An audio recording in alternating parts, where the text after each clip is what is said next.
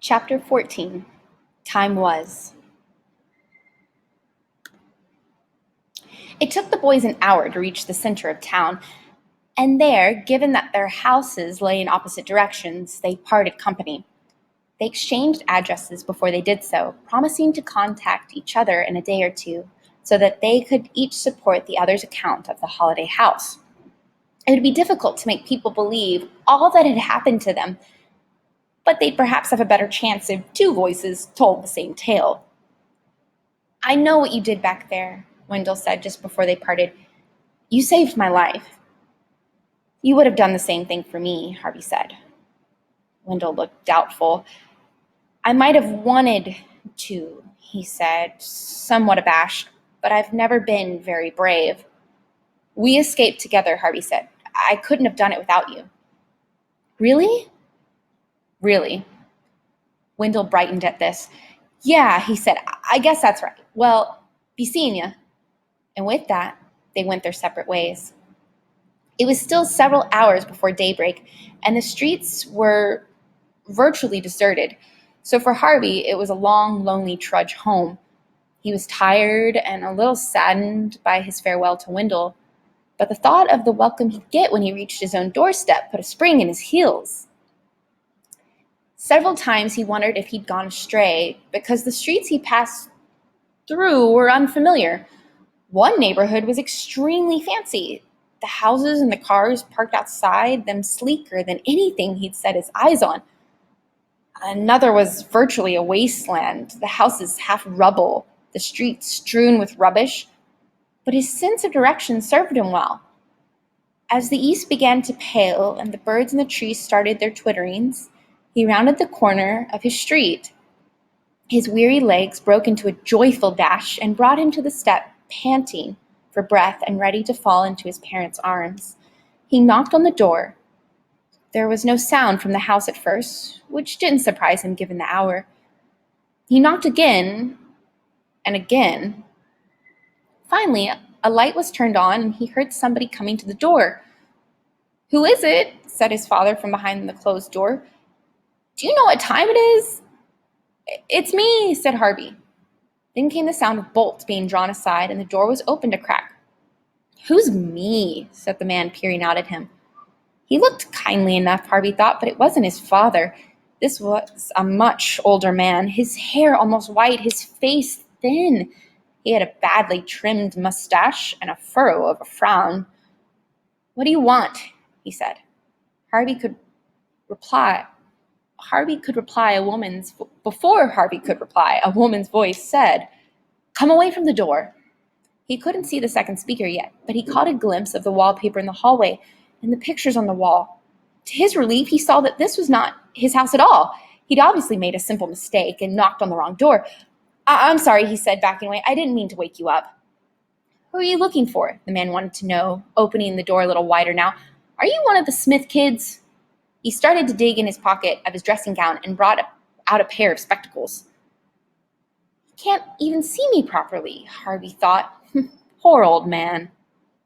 But before the spectacles reached the bridge of the man's nose, his wife appeared behind him, and Harvey's legs almost folded up beneath him at the sight of her.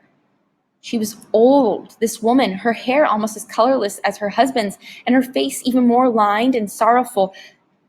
But Harvey knew that face better than any on earth.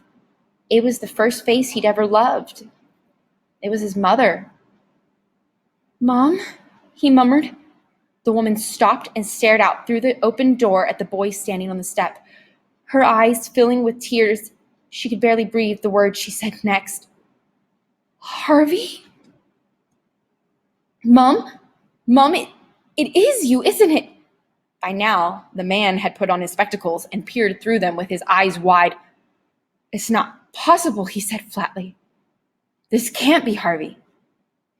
"It's him," said his wife. "It's our Harvey. He's come home."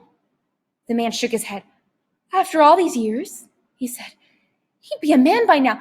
He'd be a grown man. This is just a boy." "It's him, I tell you."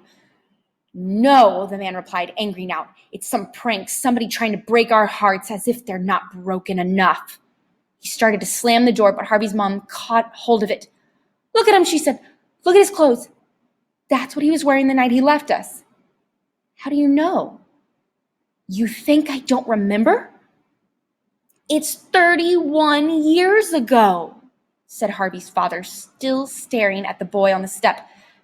This can't be, he faltered as slow recognition spread over his face.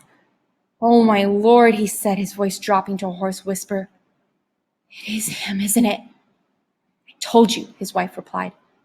Are you some kind of ghost? He asked Harvey. Oh, for goodness sake, Harvey's mom said. He's no ghost. She slipped past her husband and out onto the step. I don't know how it's possible, and I don't care, she said, opening her arms to Harvey. All I know is our little boy's come home to us. Harvey couldn't speak. There were too many tears in his throat and in his nose and his eyes. All he could do was stumble into his mother's arms. It was wonderful to feel her hands stroke his hair and her fingers wipe his cheeks. Oh, Harvey, Harvey, Harvey, she sobbed. We thought we'd never see you again. She kissed him over and over again. We thought you'd gone forever.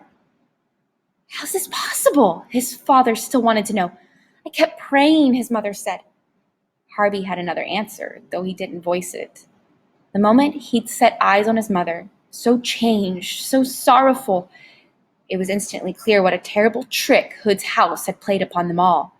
For every day he'd spent there, a year had gone by here in the real world.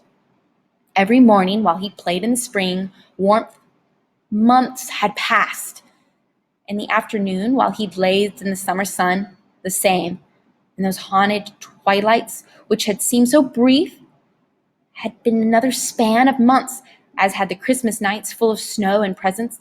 They'd all slipped by so easily, and though he had only aged a month, his mom and dad had lived in sadness for 31 years, thinking that their little boy had gone forever. That had almost been the case. If he'd remained in the house of illusions, distracted by its petty pleasures, a whole lifetime would have gone by here in the real world, and his soul would have become Hood's property. He would have joined the fish circling in the lake, and circling and circling. He shuddered at the thought. You're cold, sweetie, his mother said. Let's get inside. He sniffed hard and cleared his tears with the back of his hand. I'm so tired, he said. I'll make a bed for you straight away. No, I want to tell you what happened before I go to sleep, Harvey replied. It's a long story. 31 years long.